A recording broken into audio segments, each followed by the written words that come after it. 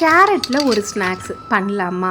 பசங்க ஸ்கூல்லேருந்து வந்த உடனே நல்லா சுட சுடனே இந்த மாதிரி கேரட் ஸ்நாக்ஸ் செஞ்சு கொடுத்தா நல்லா விரும்பி சாப்பிடுவாங்க. இப்போ இந்த கேரட் ஸ்நாக்ஸ் எப்படி செய்யறதுன்னு பார்க்கலாம்.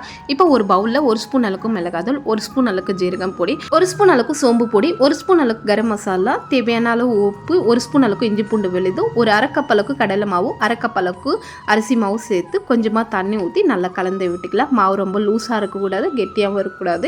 இந்த மாதிரி கலந்து எடுத்துக்கலாம். இப்போ லாஸ்ட்டில் ஒரு 1/4 டேபிள் ஸ்பூன் அளவுக்கு பேக்கிங் சோடாவை சேர்த்து நல்லா கலந்து விட்டுக்கணும். பாருங்கள், மாவு இந்த அளவுக்கு இருக்கணும். இப்போது 2 கேரட் எடுத்துக்கினேன். இதில் மேலே தோல் சீவிட்டு இந்த மாதிரி 2ஆக கட் பண்ணிக்கணும். எல்லா கேரட்டும் இதே மாதிரி கட் பண்ணிக்கணும். இப்போது மிக்ஸ் பண்ணி வச்ச மாவில் இந்த கேரட்டுவை நல்லா டிப் பண்ணிவிட்டு நல்லா கொதிக்கிற எண்ணெயில் ஒவ்வொன்றா இந்த மாதிரி போட்டு 2 பக்கமாக ஃப்ரை பண்ணி எடுத்துக்கலாம். பாருங்கள், நல்லா சூடான கேரட் ஸ்நாக்ஸ் ரெடி. இந்த கேரட் ஸ்நாக்ஸை நீங்களும் கண்டிப்பாக ட்ரை பண்ணி பாருங்கள். உங்களுக்கு வேறு என்ன ரெசிபிஸ் வேணுமோ கீழே கமெண்ட் பண்ணுங்கள். அந்த ரெசிபி கூட பண்ணலாம்.